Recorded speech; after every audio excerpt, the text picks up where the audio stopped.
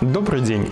Сегодня мы с вами начинаем цикл занятий в рамках гранта президента «Реликвии истории Мордовского края. От артефактов к исторической реконструкции». Данный грант посвящен изучению истории города Саранска в 17 столетии.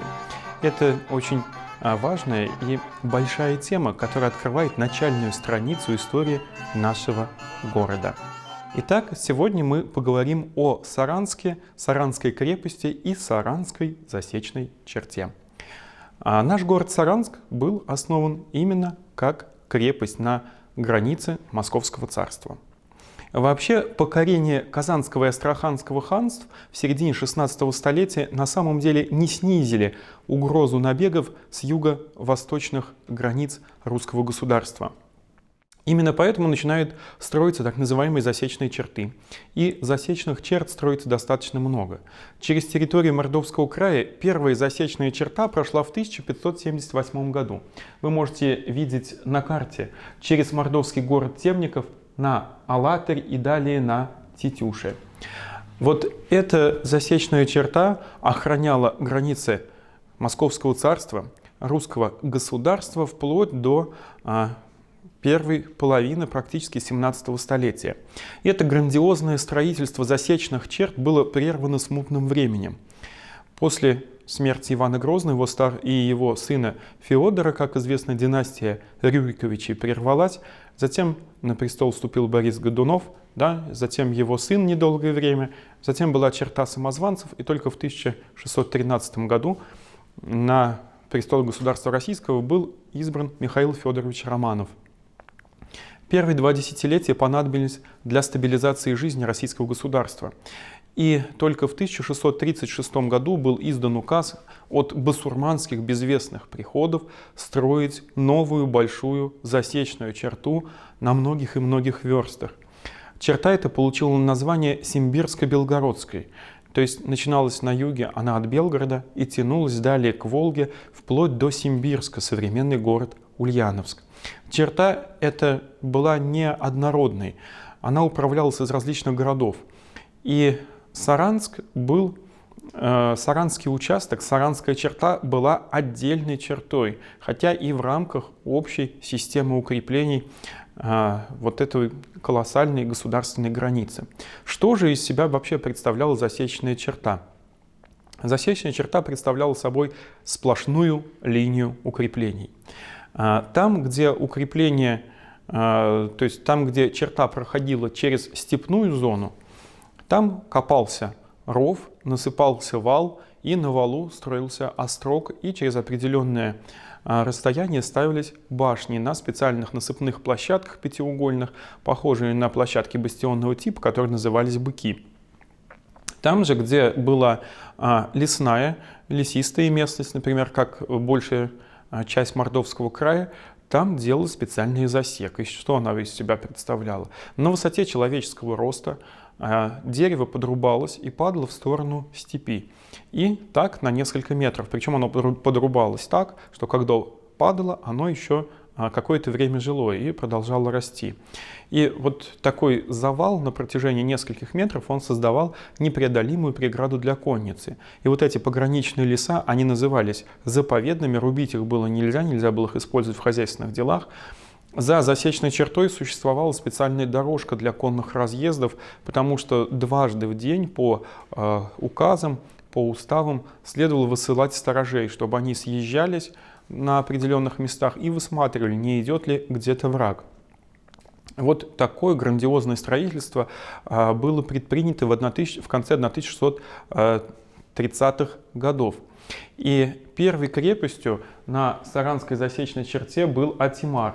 Атимар ныне это село, которое находится не так далеко от Саранска, но изначально именно считается, что в 1638 году и была построена Атимарская крепость.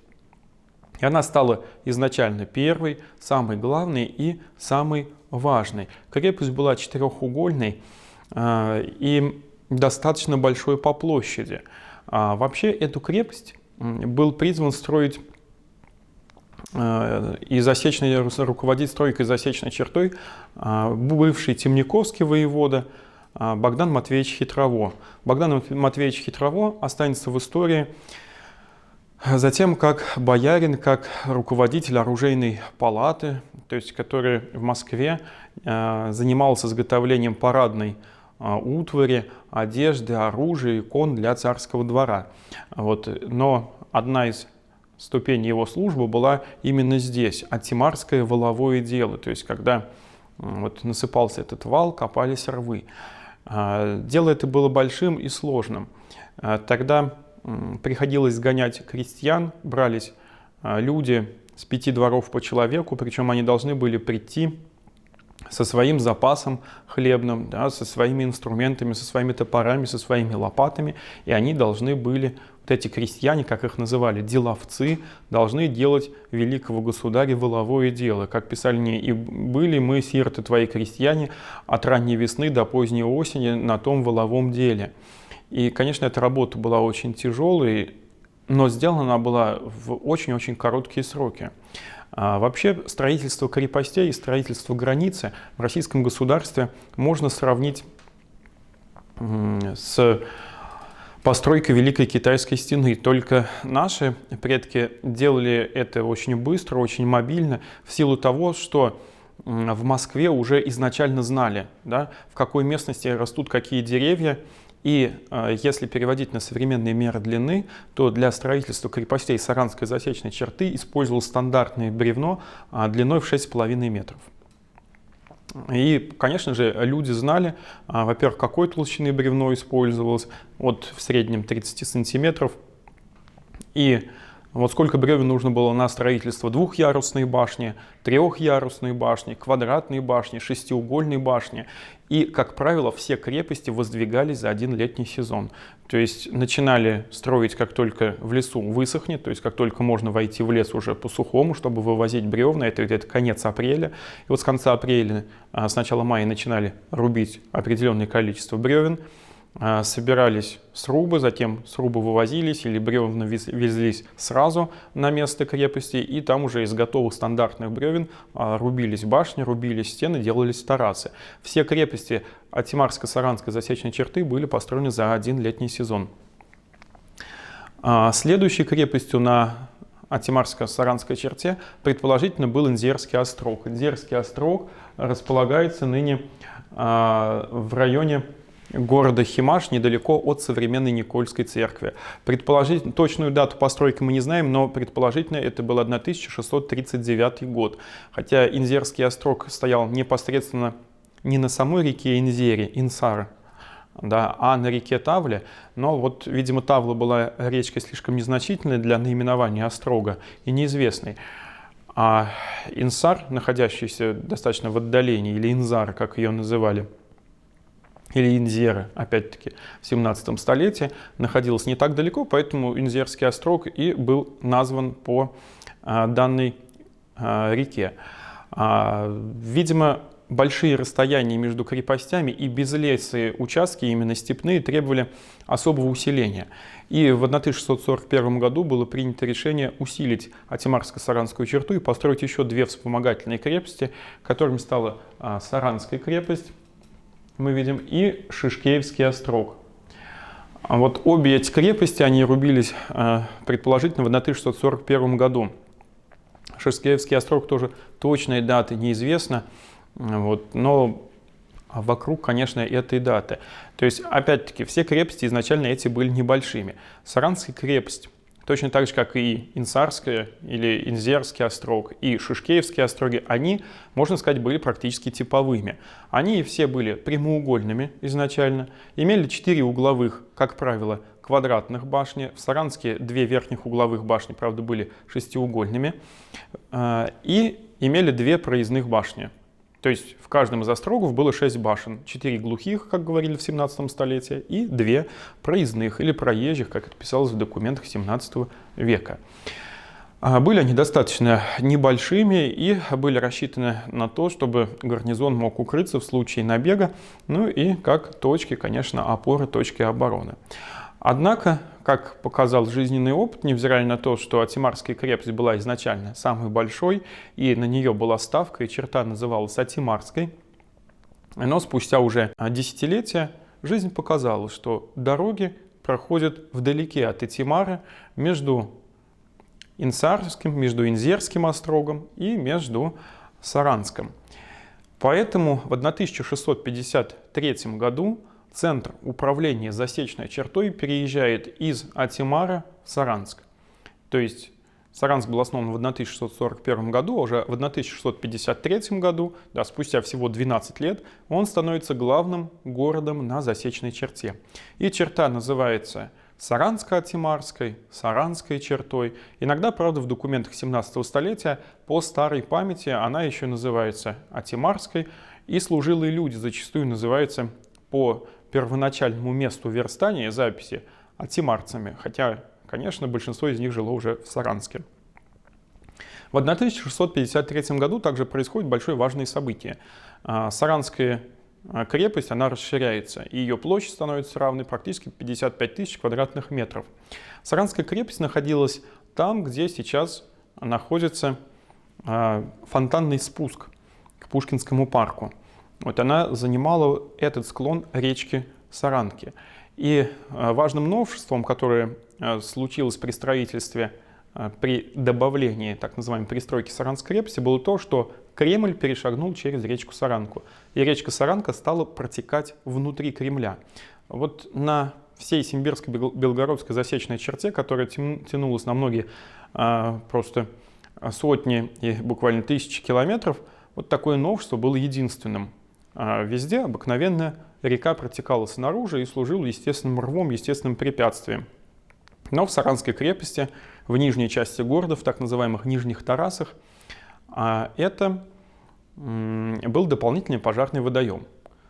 Для того, чтобы вам было нагляднее, я хочу показать конструкцию Саранской крепости на рисунке реконструкции. Итак, в верхней части мы видим изначальную крепость, которая была построена в 1641 году первым воеводой города князем Савелием Ивановичем Козловским. Как я уже сказал, это была четырехугольная шестибашенная крепость. То есть мы видим, да, 4 глухих башни угловых и 2 башни проездных. Первая, самая высокая, самая большая парадная, называлась Спасская, а вторая Никольская. К сожалению, название других башен Саранской крепости история нам не сохранила. И далее мы видим нижнюю часть города, нижнюю часть Кремля, так называемые Нижние Тарасы, которые были пристроены в 1653 году саранским воеводом, стольником Федором Ивановичем Леонтьевым. Здесь мы также видим 2 угловых башни, да, и 1 проездную. Таким образом, Саранская крепость, она состояла, как видим, из 2 частей, из 2 половин. И последний раз вот эта вот внутренняя стена восстанавливалась в 1696 году, вот, когда последний раз Саранская крепость ремонтировалась.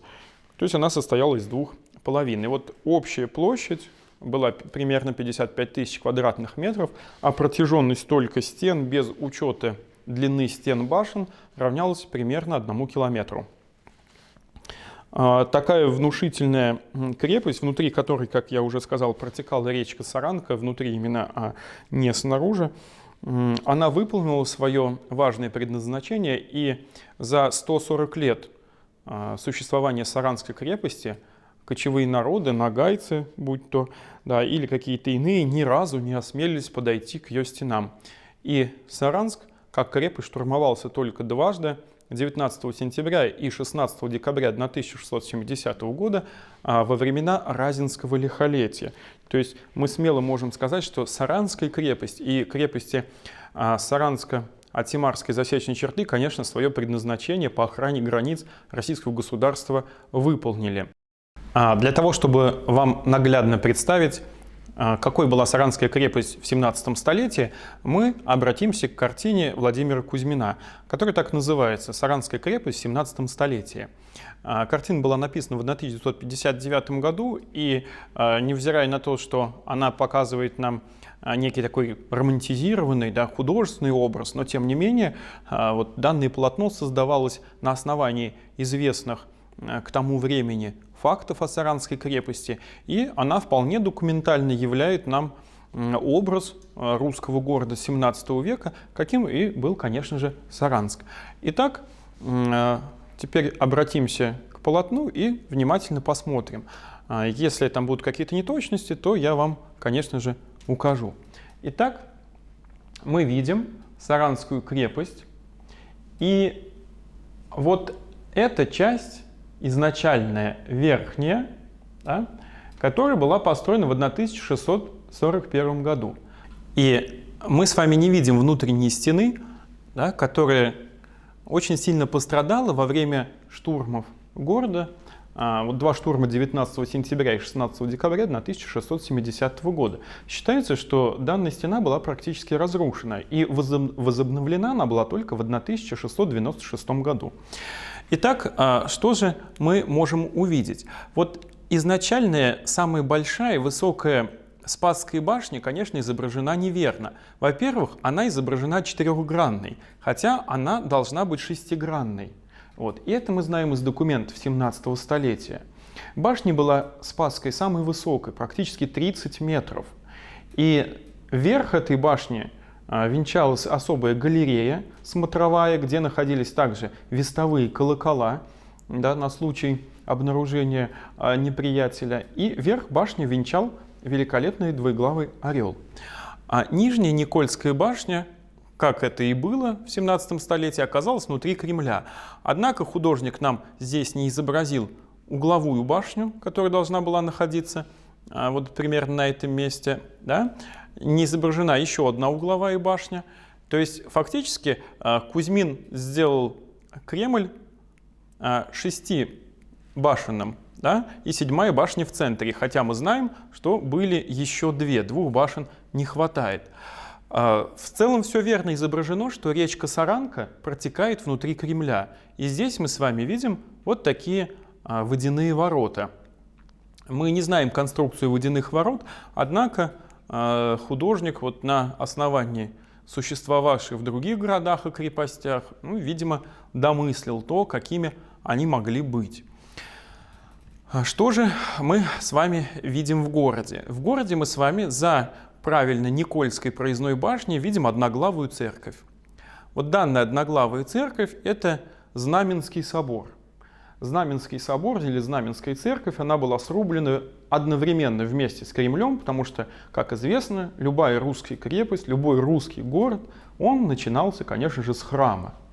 И вот храм этот был посвящен знамению Божьей Матери. И эта знаменская икона в дальнейшем, конечно, получила почитание в городе. Далее мы видим пятиглавый деревянный же храм.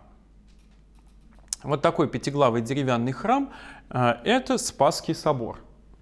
Вот.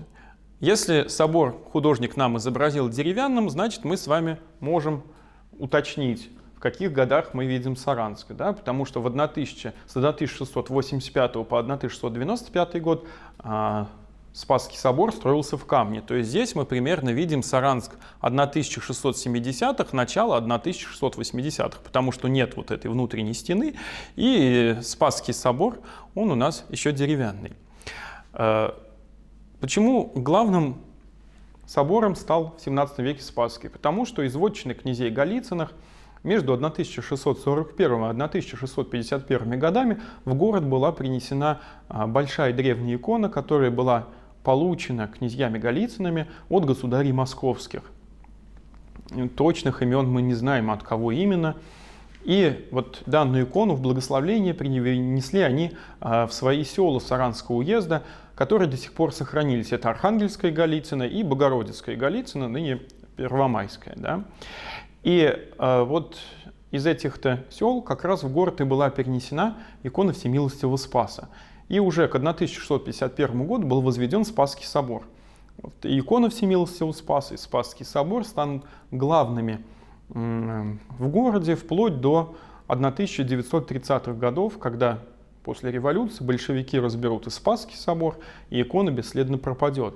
Но в 17, в 18, в 19 веках икона, она такая была очень известная и прославилась многими чудесами. В 17 столетии саранские воеводы и Бутурлин и другие многократно писали, например, царю Алексею Михайловичу, нам известно о 3 больших письмах с описанием чудес от икон Всемилостивого Спаса. Что далее мы с вами можем увидеть на картине? Вот здесь нам художник изображает воеводские хоромы. Как написано в документах, в городе ж двор государев, где живут воеводы. Хоромы изображены многоярусными, то есть в 2 яруса, да еще на жилом подклете. Из документов мы знаем, что они действительно были двухъярусными, имели множество печей, написано в воеводских хоромах, печи в 2 кирпичные, а в 2 изращатые. И если мы с вами посмотрим в витрину, то увидим с вами обломки печных изразцов 17 столетия, которые были найдены в Саранске, и предположительно вот они как раз и украшали печи, которые находились в воеводских хоромах. Далее мы видим приказной двор, приказную избу. Приказная изба, приказной двор, здесь художник нам изображает также огороженными, отдельным чистоколом. В приказной избе находилась вся администрация, то есть подьячие, которые занимались переписыванием деловых документов, бумаг государственных. И здесь велось делопроизводство о том, как собираются налоги, об отправке служилых людей, о сборе податного хлеба и так далее, и так далее, и так далее. Также, конечно, рядом с воротами мы обязательно видим караульные избы. Вот. То есть рядом с воротами были стрелецкие караулки, где находились стрельцы, которые стояли на часах, потому что городские ворота, да, что верхние, что нижние, обязательно охранялись. Также между храмами мы видим дворы. Это жилище саранского причта. Здесь жил саранский протопоп обычно вместе со своей семьей. А в нижней части города мы видим жилые дворы. Это осадные дворы. Осадные дворы обычно имели в крепостях дворяне, которые жили в данном уезде. И на случай осады города они могли там отсидеться. Также вот мы видим такое строение рядом с речкой Саранкой. Это баня. Вот. Внутри крепости была баня. В теплое время года, летом, чаще всего печи и бани внутри крепостей топить запрещалось, потому что это было пожароопасно. А вот зимой, конечно, в холодное время все это делалось беспрепятственно. Далее мы видим, что от угловой башни засечная черта тянется к реке Инсару или Кынзере. И на склоне мы видим еще одно строение с пятиглавым храмом и шатровой колокольней. Так вот, это Казанский женский монастырь, который был основан в начале 1660-х годов. Как он доподлинно выглядел в 17 веке, конечно, никому не известно. И здесь художник берет типичные пятиглавия и шатровую колокольню. Известно, что все строения были полностью деревянными, монастырь был женский. И в городе, следует сказать, что кроме этого женского монастыря было еще несколько мужских. Был мужской Казанский монастырь, был мужской Ильинский монастырь и другие. Если мы с вами посмотрим, то дальше за рекой Инсарой мы видим еще одно строение, и это как раз Инзерский острог. Вот он, четырехугольный, мы видим 4 угловых башни, 2 башни проездных и внутри также храм. Здесь на берегу Саранки мы видим начинающуюся посадскую слободу. То, что вот крепость показана такой романтизированной, что мы не видим верхнего, фактически левого угла крепости, мы знаем, что дальше за крепостью находились туда дальше за стеной казачья слобода, а в эту сторону, по левую сторону от Спасских ворот, находилась дальше Стрелецкая слобода. И мы с вами можем сказать, что вот эта картина, она все-таки дает в целом приближенный, достаточно достоверный облик нашего города, хотя 17 столетия, хотя, как я уже сказал, он, конечно, во многом додуман автором. Ну, так, например, что нам известно, что нижние стены были построены тарасами. Вот. Тарасы — это 2 параллельных ряда бревен, которые соединены короткими поперечными стенами, которые образовывали клети и образовывали 2 яруса боевого хода. Но здесь мы видим только верхний ярус боевого хода, да, внизу здесь, конечно, никаких бойниц нет. Конечно, нам известно, что вот нижние башни, например, считается, что были все-таки шестиугольными. Здесь одна башня шестиугольная, одна показана все-таки квадратная, четырехугольная. Но это небольшие неточности, которые, тем не менее, все-таки являют нам наш город в 17 столетии.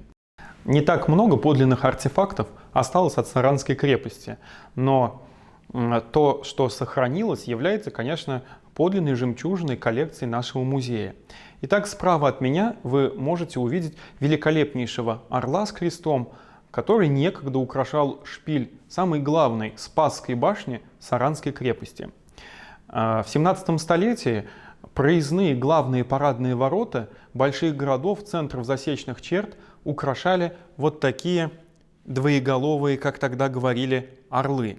Был такой орел и в Саранске. Но уникальность нашего орла заключается в том, что из всех орлов, которые украшали башни, проездные башни больших городов, а также Московского Кремля, не сохранился ни один.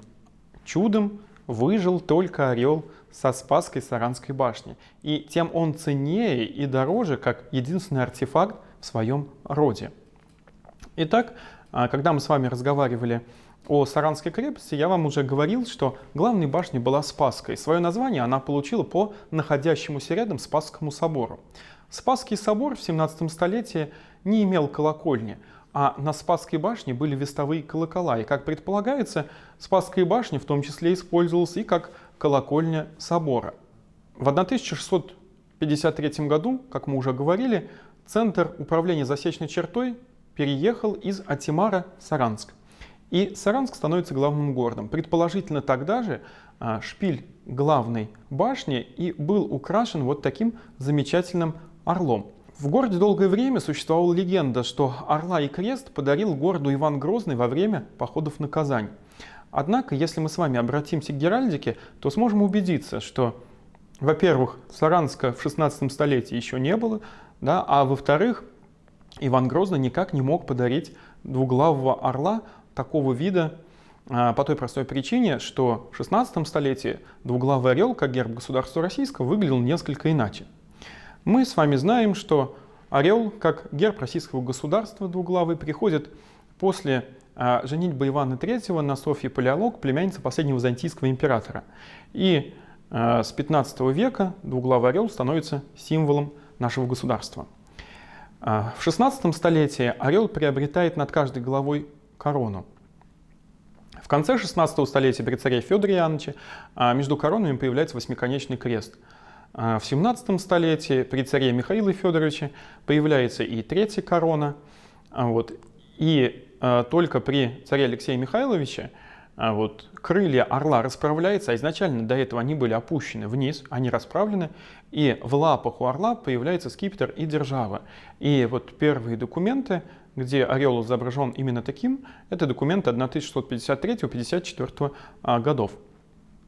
То есть мы можем убедиться, что на основании даже геральдики, что наш орел не мог быть выполнен раньше, вот по своему геральдическому виду, потому что он имеет расправленные крылья, скипетр и державу. И вот данный орел находился на шпиле Спасской башни все то время, то есть практически с 1653 предположительно года и вплоть до начала 1780-х годов, потому что к 1781 году Кремль совершенно обветшал и был разобран уже за ненадобностью, потому что граница российского государства отодвинулась очень далеко на юг и на юго-восток, и Саранск стал городом внутренним, то есть уже не пограничным. И в 18 столетии совершенно обветшавший Кремль разобрали. Разобрали и некогда высокую Спасскую башню, орла сняли со шпиля, и в это время достраивалась новая колокольня каменная, и орла решено было сохранить. С 1660-х годов, а затем и в титулярнике 1672 года было закреплено то, что у орла три короны, что знаменовало между собой царство Сибирское, Астраханское и Казанское, которые были подчинены царству Московскому. Вот такое толкование давалось в 17 столетии. И если мы с вами посмотрим, то увидим, что у орла действительно над каждой головой имеется корона, а третья должна была находиться вот приблизительно здесь. Но когда с обветшавшей Спасской башни орла сняли, и вот тот шпиль, на котором орел крепился, к верху его была прикреплена корона. Шпиль убрали, и орла вмонтировали в основании креста. Таким образом, орел третьей короны лишился, но в целом полностью сохранился сам. И с 1782 года, а эту дату мы знаем по дате, выбитой на верхней поперечине. Вот здесь она на оборотной стороне креста, находится дата 1782 и две латинские буквы ЕС, Екатерина Секунда, то есть при Екатерине II была достроена эта колокольня, и орел был вознесен на нее. И с 1782 года и вплоть до 1932 года, когда большевики разобрали и Спасский собор, и колокольню, орел парил в небе над Саранском. То есть опять мы можем сказать, что с 1653 года и вплоть до 1932 года вот столько лет данный орел находился в небе над нашим городом и, конечно, является ценнейшим артефактом. А после революции, когда и собор, и колокольни были разобраны, то данного орла передали в Краеведческий музей, поскольку, как я уже сказал в начале, существовала легенда о том, что данного орла и крест городу подарил Иван Грозный. И благодаря этой легенде орел с 1932 года сохраняется в фондах Краеведческого музея и является ценнейшим артефактом, который нам остался от Саранской крепости вместе с замком и ключом, и является единственным орлом 17 столетия, который некогда украшал башни проездных парадных ворот городов Московского царства. Обо всем об этом подробно вы сможете узнать вот из данной книги «Саранск в 17 веке. Строители и защитники государевых рубежей», которая была издана по гранту президента Российской Федерации «Реликвии истории Мордовского края от артефактов к исторической реконструкции». В этой книге все то, что я вам рассказал в сегодняшнем видео, и даже с большими подробностями вы сможете прочитать.